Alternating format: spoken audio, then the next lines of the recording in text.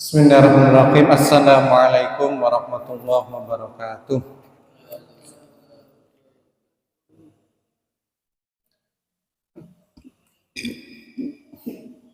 Innal hamdalillah nahmaduhu wa nasta'inuhu wa nastaghfiruh wa na'udzu billahi min shururi anfusina wa min sayyiati a'malina. May yahdihillahu fala mudilla lahu wa may yudlil fala hadiya lahu. Asyhadu an la ilaha illallah wa asyhadu anna Muhammadan abduhu wa rasuluh. Wa ba'du. Alhamdulillah, anak-anakku semua, hari ini kita bisa kumpul lagi, bisa mengadakan kajian. Mudah-mudahan pertemuan kita mendapat ridho dan diberkahi oleh Allah Subhanahu wa taala. Hari ini mungkin sebelum kalian liburan, berarti hari ini terakhir kita masuk,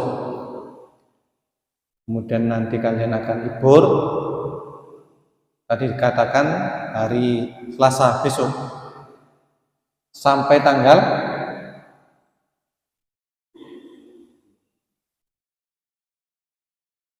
berapa liburnya? Sampai tanggal berapa? Sampai tanggal 5. Kalau di sekolah-sekolah lain itu tanggal 4. Tanggal 5 sini ya? Tanggal 4 ya? Ya. Lumayan panjang. Berarti tanggal berapa itu? 17. Tanggal 17 sampai tanggal 4. Setengah bulan lebih, ya, setengah bulan lebih. Masyaallah, angopir.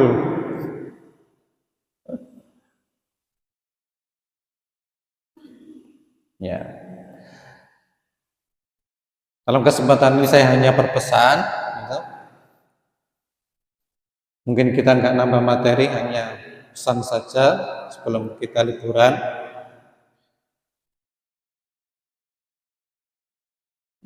Ketika kalian nanti pulang itu mesti kumpul dengan keluarga, kumpul dengan teman-teman di rumah, kumpul dengan tetangga-tetangga, kumpul dengan satu kampung.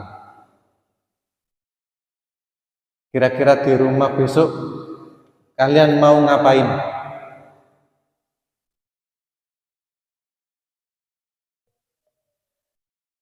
Mas Tio, nak rumah besok selama liburan kira-kira ngapain di rumah? Jualan. Jualan apa? Pentol. Di? Bener ta? Nggak parah minggu. Seplandi.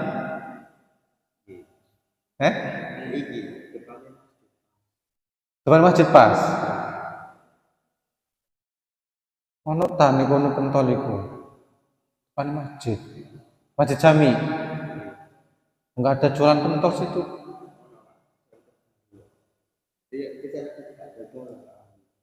Nah, aku tak parenane. Ya. Andrian pulang apa enggak?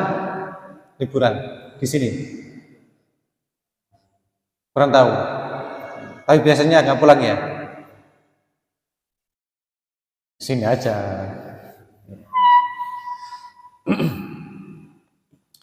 Ya. Jadi hanya berpesan kalau nanti di rumah ketemu sama keluarga, ketemu sama tetangga, masyarakat, yang paling utama jagalah akhlak kalian, tingkah laku kalian, perilaku kalian dijaga. Omongane sing apik dengan orang tua yang bagus. Biasanya wong tua iku seneng nih anake iku karo wong tua iku ngomongi iku apik, halus. Ya. Syukur-syukur dengan orang tua itu tidak membantah. Ya. Usahakan jangan sampai membantah omongan orang tua. Usahakan jangan sampai membantah omongan orang tua. Meskipun kalian tidak setuju dengan omongannya orang tua, diam saja. Cukup diam. Cukup diam. Ya.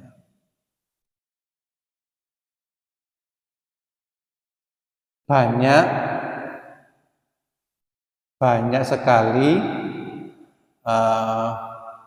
manfaat, faedah kalau kalian nurut, tenang dengan orang tua. Kan ada hadis apa? Ridhullah fi ridhol walidaini wa suhtullah fi suhtil walidaini, ya kan? Masih ingat hadis itu? Masih ya? Keridhaan Allah itu terletak pada keridhaan orang tua. Kemarahan Allah itu tergantung kemarahan orang tua. Artinya ngebohongan tetap jangan tuh. Artinya kalau kita tenang dengan orang tua, nurut dengan orang tua, tidak membuat orang tua kita marah, maka insya Allah juga tidak marah kepada kita. Ini Allah nggak marah kepada kita, biasanya kemudian jalan kita akan dimudahkan. Jalan akan dimudahkan. Jalan apa saja? Kalau kalian pengen usaha, karena Allah kan nggak marah toh, yang mengatur segala alam semesta itu Allah, yang memberi rezeki Allah, yang memberi kesehatan Allah. Kalau Allah sudah nggak marah kepada kita, jalan kita lurus, dimudahkan oleh Allah, maka insya Allah apapun yang kita minta akan dikasih Allah. Usaha lancar, mau kerja insya Allah lancar, perjalanan lancar. Itu karena kita menyenangkan hati orang tua. Nah itu urut-urutannya begitu. Tapi kalau kita berani dengan orang tua, membangkang, diomongi kemudian marah-marah, Firul. Jangan sampai ya, jangan sampai. Adis pulang nggak Adis? Liburan? Pulang? Naik kapal apa? Bahari? Apa yang besar? Oh gitu ya.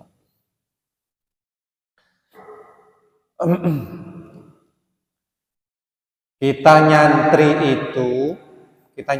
itu ini sudah pernah saya sampaikan, saya ulangi lagi. Kita nyantri itu itu kan mengumpulkan ilmu-ilmu, terutama ilmu agama. Kalian di sini selain ada ilmu tentang pertanian, ada ilmu tentang peternakan, juga diajari ilmu tentang agama. Nah, ilmu-ilmu yang kita dapatkan itu, kita kalau belum terjun ke masyarakat itu belum terasa, durung kroso kanggone apa. Nanti kalau kita terjun ke masyarakat itu baru terasa. Oh, biyen aku diajari toharo. Oh, biyen aku diajari tata cara wudhu. Oh, biyen aku diajari tata cara sholat. Nah, itu nanti akan bermanfaat ketika kalian terjun pulang di masyarakat. Kalau di sini kalian kayaknya ilmu itu nggak penting.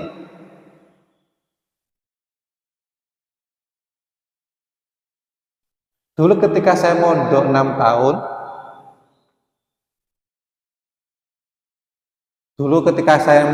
tahun, ini pengalaman jelek saya ya. Pengalaman jelek saya begini, saya mondok 6 tahun di Mas Bambang. Ketika diajak teman, yuk lanjutkan ke Lipia, ke Jakarta. Waktu itu teman-teman banyak yang ke Jakarta. Saya bilang, saya pengen ke IAIN karena biar ada ilmu baru, tidak hanya ilmu agama, tapi saya pengen cari ilmu baru yang lain.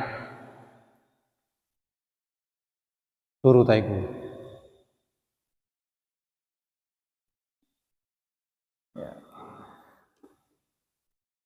Akhirnya apa? Akhirnya begitu teman-teman ke Lipia, terus saya di IAIN Sunan Kalijogo Jogja, ternyata begitu kembali ke masyarakat, ilmu yang bermanfaat di masyarakat ya ilmu yang saya peroleh dari pondok. Dan saya rasa ilmu yang dari pondok itu saya masih sangat kurang.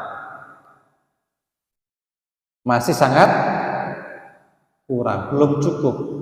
Ternyata ketika di masyarakat itu banyak persoalan-persoalan yang itu tidak cukup hanya kita belajar di pondok saja. Masih kurang banyak. Saya baru sadar, ternyata belajar ilmu agama itu ya harus temenan, ora setengah-setengah. Kok saya dulu ke Libya, ke Jakarta, tentu ilmu agama saya jauh lebih bagus lagi. Artinya begini anak-anakku, sekali lagi kalian mondok di sini itu belum terasa ilmu niku gurung ketok. Tapi kalau sudah kembali ke masyarakat baru terus. Ini masyarakat ditakoni, biyen mondok nendi Madinatul Ilmi. Nek umpamane ana hukume piye nek ana iki?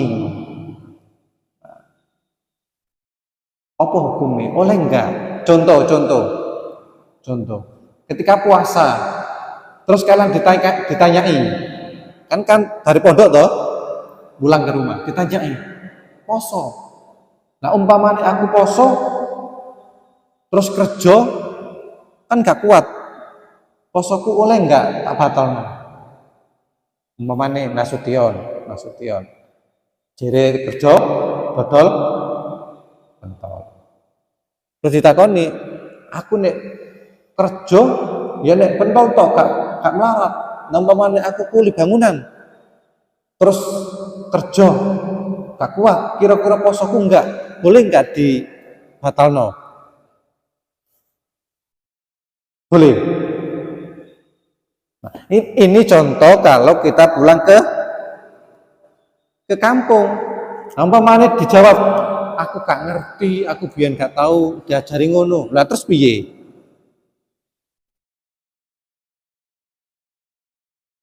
Iya enggak? Mungkin enggak kalian di rumah terus ditanyai seperti itu? Mungkin. Karena kalian dulu katanya pernah mondok. Maka kesempatan di pondok digunakan sebaik mungkin. Dulu ketika pada masa Rasulullah, nah kita balik di mana? Ketika pada masa Rasulullah, ada kan yang namanya pondok pesantren? Ada? Apa namanya pondok pesantren pada masa Rasulullah?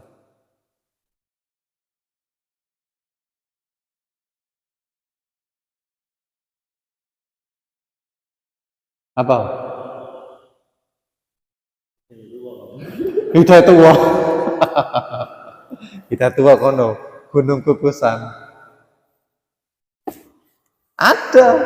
Pada masa Rasulullah juga ada yang namanya pondok pesantren.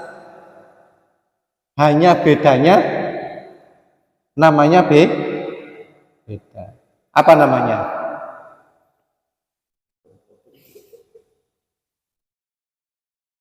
Apa tuh? Siapa yang tahu?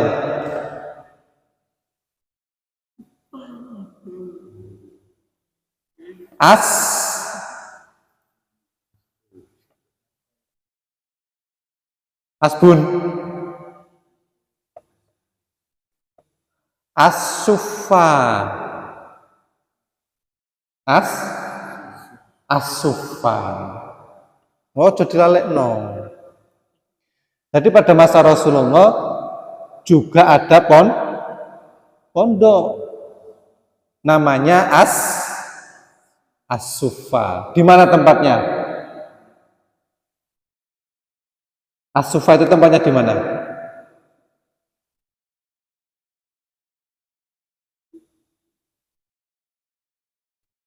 As-Suffa itu tempatnya di Serambi Masjid Nabi, emperane. Di emperane Masjid Nabi. Ya mungkin ini masjid, terus Nabi dikasih tambahan, sosoran begitu. Nah, disitulah tempat para santri. Santri-santri itu disebut apa? Santri yang mondok di Masjid Rasulullah itu disebut apa? Pondoknya akan disebut As-Suffa. Santrinya disebut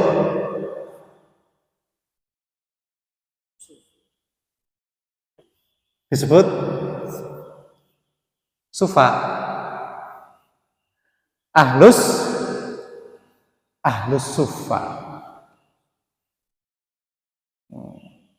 Ahlus Suffa. Pondoknya disebut As-Suffa. Santri-santri yang menempati pondok itu disebut Ahlus Suffa. Jadi Rasulullah SAW itu juga punya pesantren.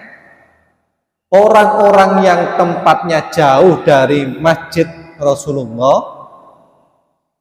ya, orang-orang yang tempatnya jauh dari masjid Rasulullah itu tempatnya di Ahlus Suffa itu, di Suffah itu.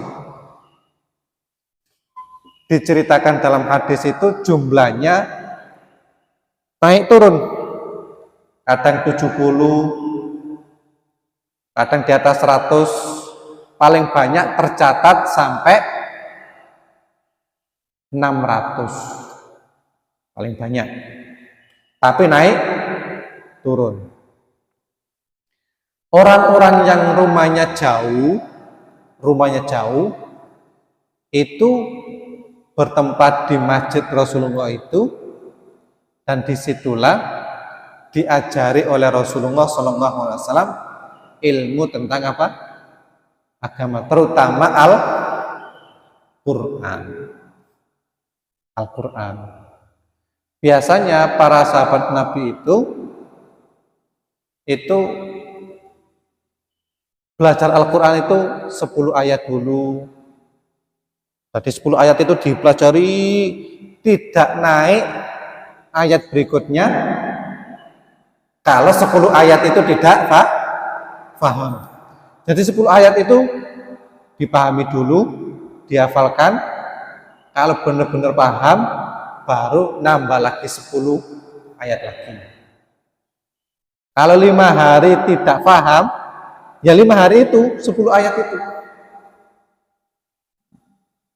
Itu ahlu sufa. Dari mana makan mereka?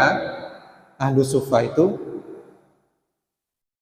makannya itu pertama dari Rasulullah. Kalau Rasulullah punya makanan lebih, dikasihkan ahlu sufa. Terus kemudian Rasulullah SAW juga menyampaikan kepada sahabatnya, rawatlah ahlu sufa. Kalau kalian punya makanan lebih, kasih mereka.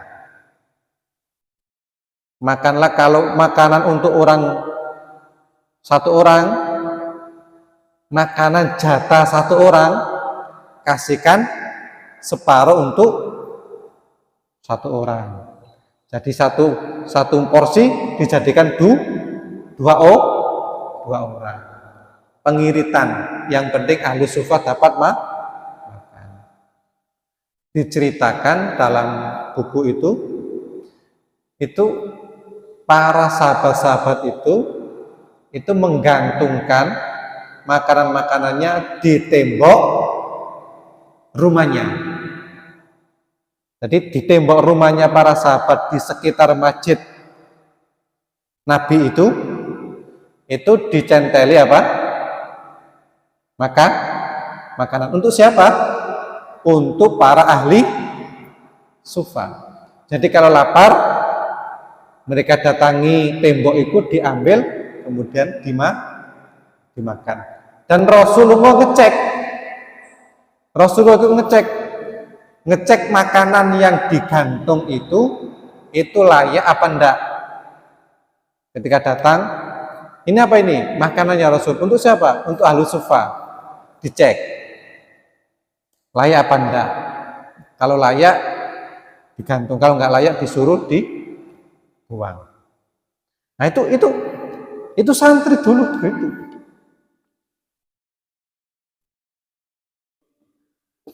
Orang yang jauh dari Mekah, dari Masjid Nabi, itu kan nggak ada. Kalau sekarang kan banyak kendaraan, ada sepeda, ada mobil, jalannya mulus, lampu malam hari juga terang. Dulu kan nggak ada lampu, kendaraan nggak ada. Paling mereka itu ya jalan kaki. Nah, orang-orang yang jauh rumahnya itu biasanya dijadwal. Halo?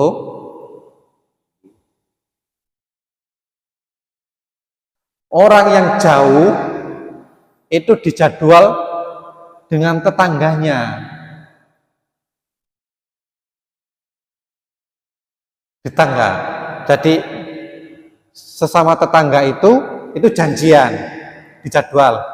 1 minggu berangkat, nginep di As-Sufa. 1 minggu berikutnya pulang.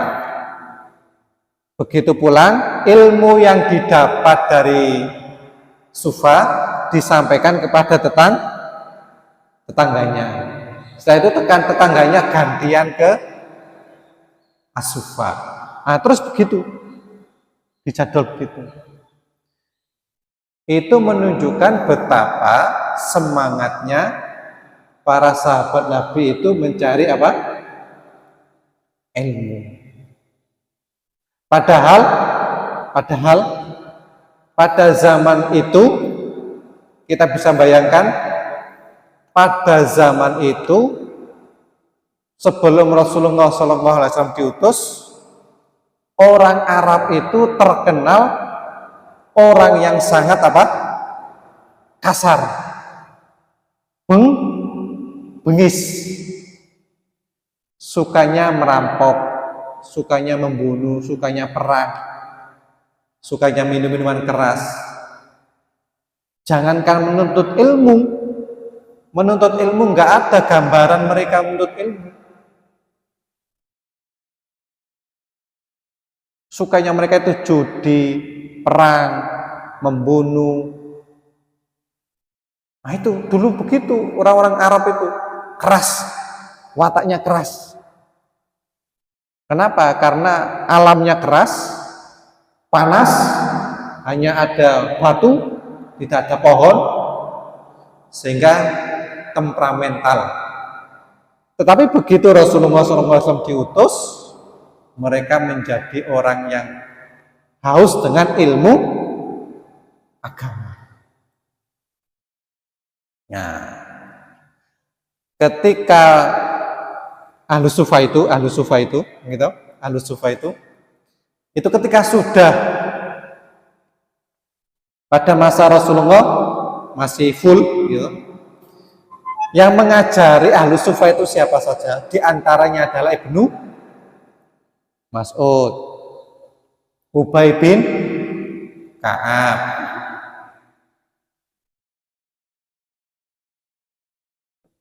kok lanjutin kok? Ya. Nah, pada masa Umar bin Khattab, setelah Rasulullah wafat, diganti dengan siapa? Setelah Rasulullah wafat, pemimpin diganti siapa? Khulafaur Rasyidin. Setelah Rasulullah, siapa namanya Khulafaur Rasyidinnya?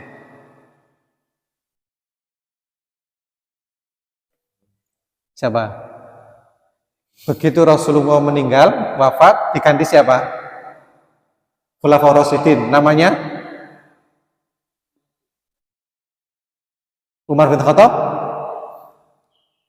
Abu Bakar.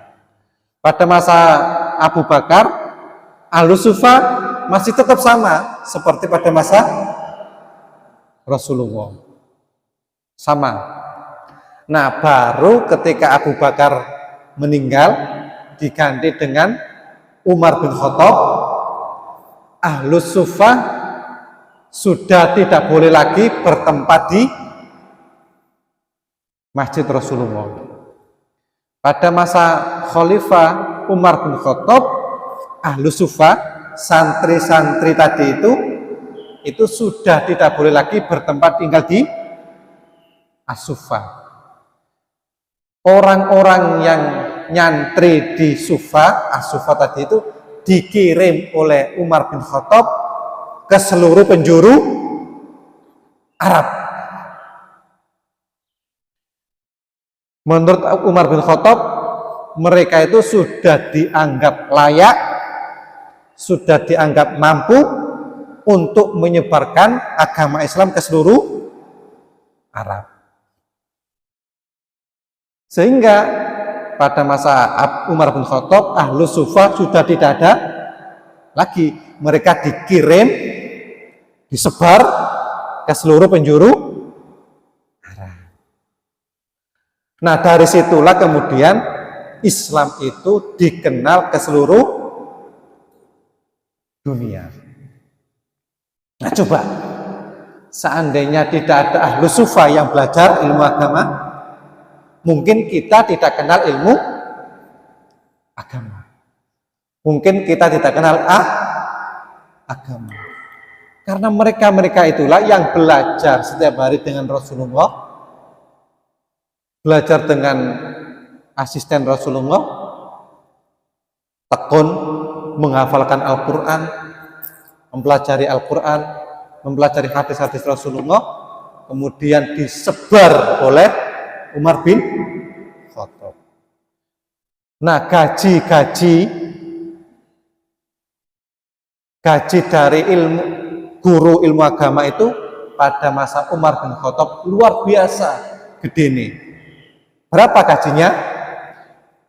Umar bin Khattab menggaji guru-guru agama Al-Quran itu sebesar 15 dirham. Berapa? 15 dirham. 1 dirham itu 4 gram emas. 4 gram emas. 1 dirham itu 14 gram emas. Berarti kali 15 berapa itu?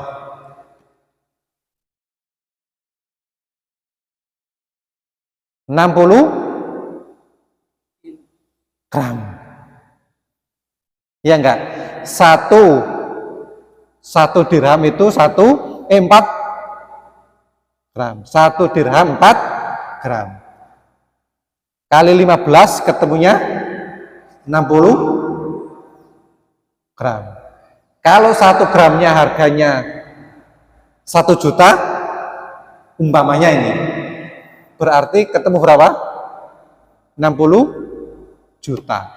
Itulah gaji guru agama pada masa siapa? Umar bin Khattab. Nah, jadi anak-anakku semua, kita saat ini, kita bayangkan diri kita saat ini seperti ahlus sufa. Kalian saat ini adalah seperti ahlus sufa. Belajar di pondok. Begitu pulang, ilmu itu akan disebar. Jadilah seperti itu. Mudah-mudahan